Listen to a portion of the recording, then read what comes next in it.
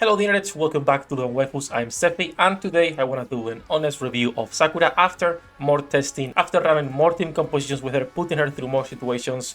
It's important to know that this is should be a big disclaimer for now that until solo rate drops, which is where we'll see how good she is with parts on a boss with parts in comparison to the normal situations we're putting her through right now, that we're still lacking some information. But even then, we can already see how good she's going to be. So I'm going to be running on the background while we talk about this test 3-minute neutral element for both Scarlet and Sakura, normal teamed YD killer wife instead of litter, because since this is going to be on auto, I don't want Naga to be bursting, but just in case someone complains, right, Naga will burst, which is what it is.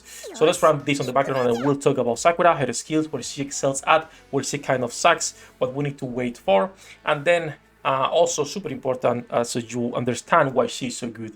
This is my Sakura, fully overload, level 0, 477. I do not have books. This is my Scarlet, 10, fully overloaded, right? So both are looking really good.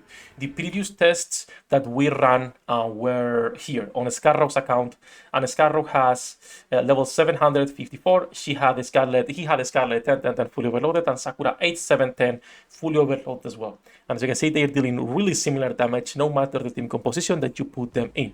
So let's run this team composition, and then on the background we're gonna be going into where is this here, the website, and then talk about her review itself and the tier list since we have updated for Sakura. So before we start, as usual, if you like, subscribe, help me grow the channel. We're gonna be live later. Come and say hello, and let's start with the tier list, where she is at and why she is there, right? So right now she is at T0.5. Now some people might disagree, some people might agree, some people might want to put her at T0, even above this. In my opinion, compared to Alice, she does not reach that place yet, and the reason is because similar to Sameranis, they are both limited to their niches. Now, you can use Sameranis on any team, regardless of element, as long as you have a last bullet composition, or you don't have max ammunition or increasing max ammunition from other allies, right? Sakura is in a similar situation. You can put her on any team composition and she will work, but she is going to be excelling at those bosses, at bossing with parts. So for now, she's staying at T0.5 with a situational flag, which I think is pretty fair. Do let me know what you guys think about the tier list placement for now for her, if you think it's fair or not, and why. It's important to say why.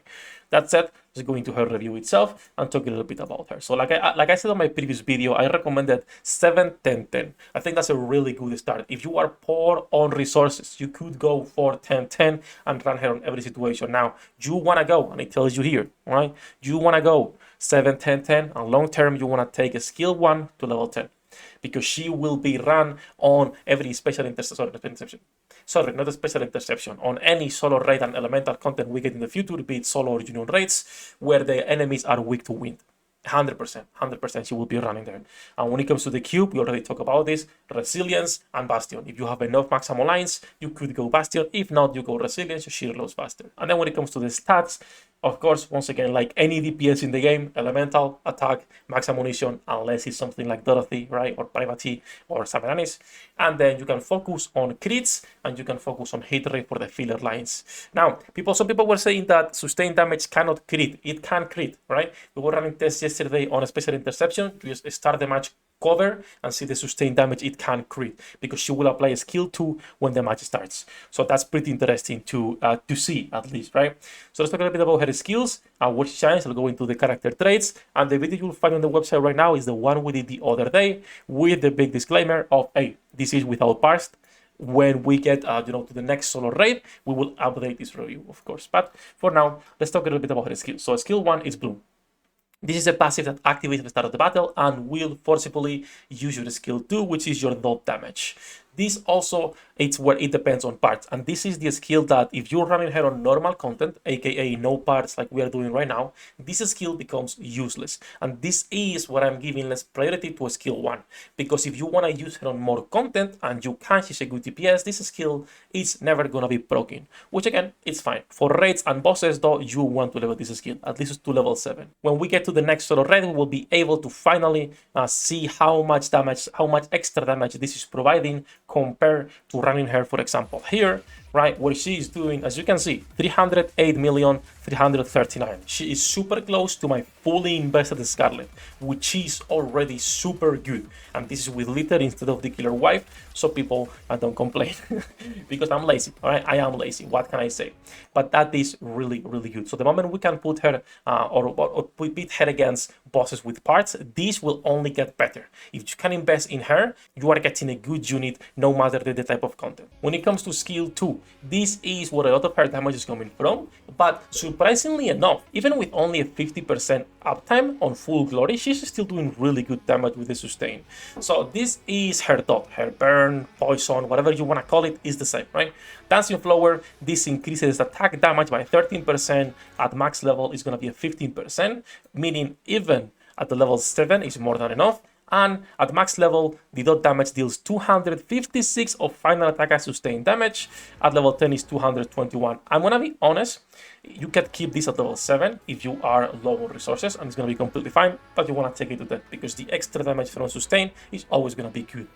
And then lastly, when it comes to her burst skill, the Feminine Splendor, these will just completely destroy the bosses, right? It's gonna be, if it's only a boss, attack the boss 10 times and apply that dot, which can stack up to 10 times for the final sustained damage, which is really good. If there is multiple enemies, this is also good because it's going to be actually putting your dot damage on 10 different enemies, which is really nice, even if we consider bosses without parts. And we can go here so you guys actually see this, right? Same team, since this doesn't matter, so you guys can see how this works. But when we burst, you will see that 10 enemies will start losing life without having to do anything because you apply that dot damage. Right now, there are no buffers for this, but we will be able to get one with Rosanna, and if you are lucky enough to get Viper's Treasure, we also have one. We'll talk about team compositions later, but when she bursts, right, we can now wait, and as you see, everything starts dying because everything has that dot damage, and it will apply to 10 different units. If there's only 4 units in the field, it will be randomly distributed amongst them. So really, really good burst.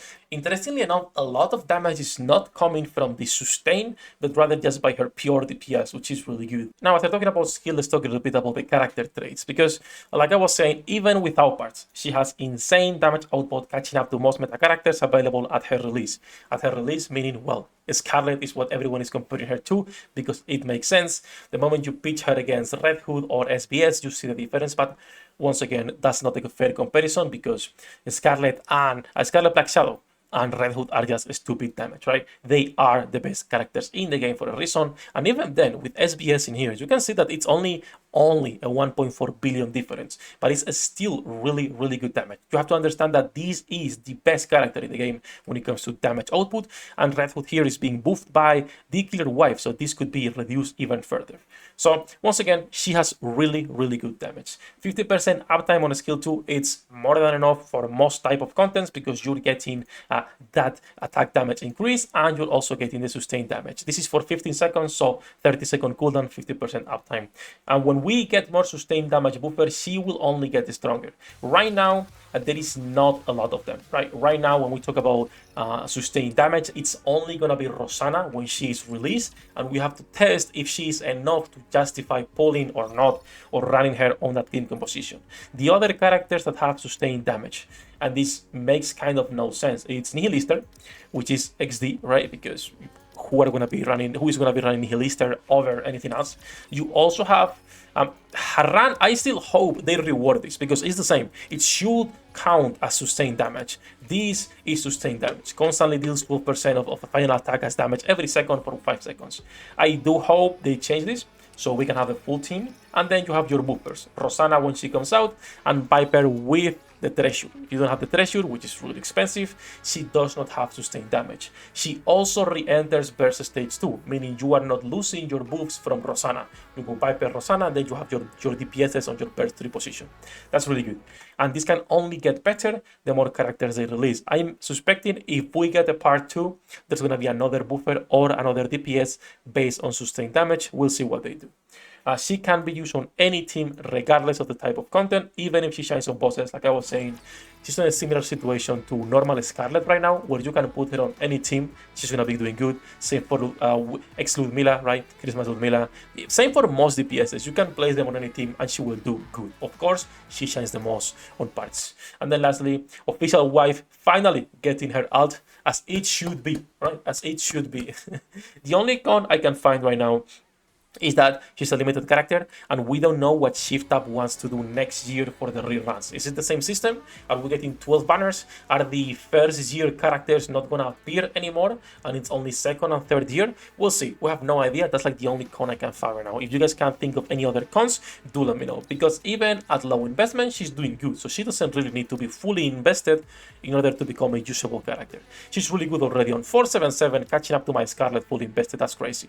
The role she got was critical damage, charge speed, critical damage, hit rate, black light, max ammunition capacity, defense, and max ammunition capacity. I didn't get any attack rolls, any elemental. So again, doing really good.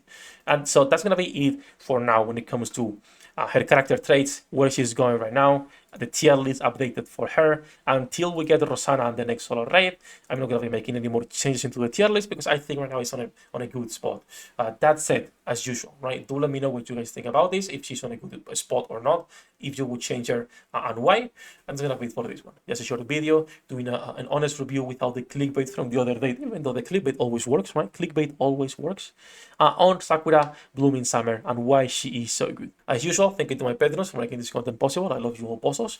Good luck with your pool dignitaries, and see you in the next one. 役立たずは楽園から追放するのみ。ブランとノワールのショータイムです。天地万物を切るとはこういうことだ。